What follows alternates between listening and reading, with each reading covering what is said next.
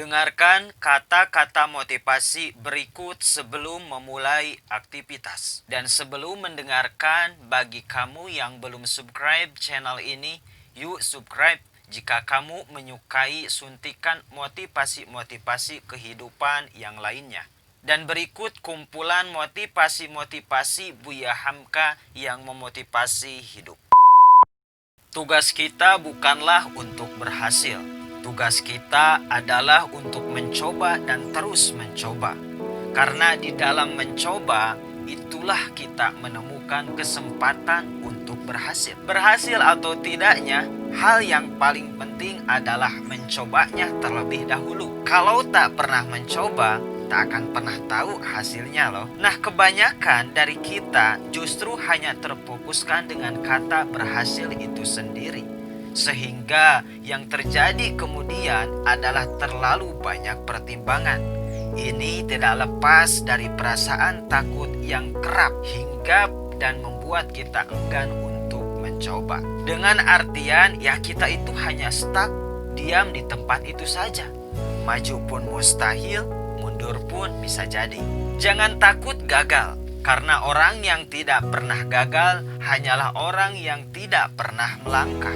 Jangan takut jatuh, karena orang yang tidak memanjatlah yang tak pernah jatuh. Jangan takut salah, karena dengan kesalahan yang pertama kita dapat menambah pengetahuan untuk mencari jalan yang benar. Sehubungan dengan kutipan sebelumnya masih tentang soal mencoba dan melangkah. Jangan pernah takut gagal, jangan pernah takut jatuh, jangan pernah takut salah.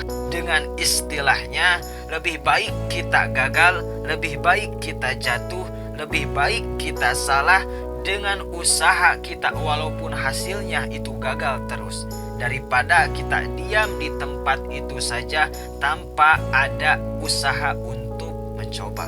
Bagi kaum muda khususnya, semangat seperti ini harus terus dipelihara di dalam diri. Terapkan secara konsisten ke dalam kehidupan sehari-hari untuk meraih kehidupan yang berhasil dalam segala bidang kehidupan. Kalau hidup sekedar hidup, babi hutan pun toh juga hidup.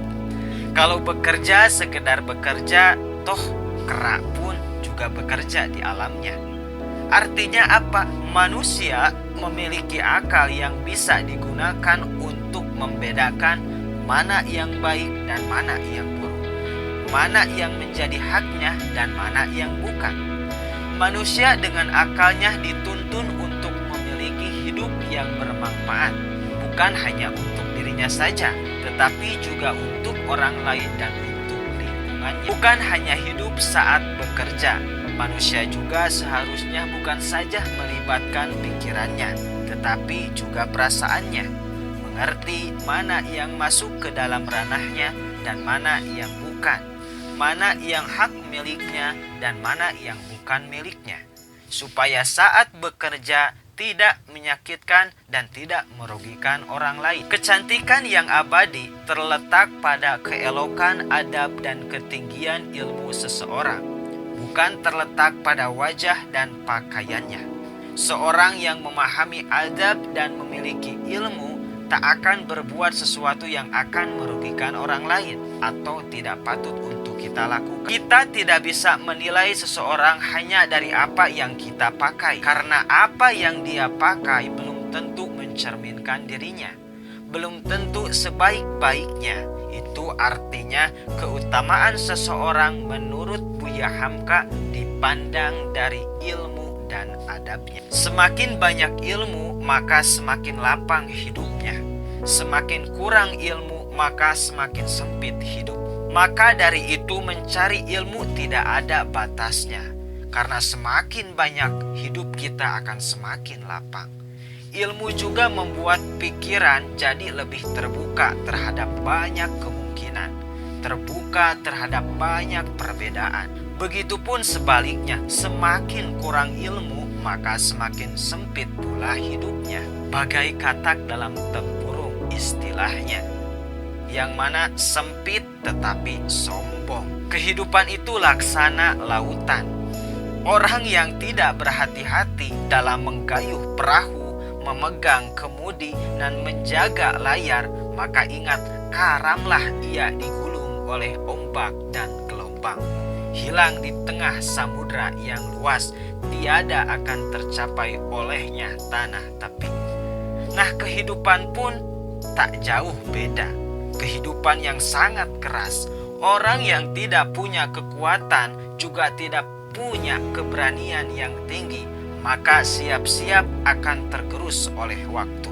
Bukan hanya keberanian dan kekuatan, tapi menjalani hidup kita juga perlu seni membaca situasi, kondisi, dan lainnya, supaya kita tidak pernah tersesat dalam kepentingan orang yang kita tidak mengerti. Apa konsekuensinya kalau kita sudah terjebak dengan kepentingan orang lain? Maka kita akan dimanfaatkan oleh manusia lainnya. Benar apa yang dibilang Buya Hamka kemudian, kita harus memegang kemudi dan menjaga layar supaya kita tak karam digulung oleh ombak yang bergelombang. Dan terakhir, iman tanpa ilmu bagaikan lentera di tangan bayi, namun ilmu tanpa iman bagaikan lentera di tangan pencuri.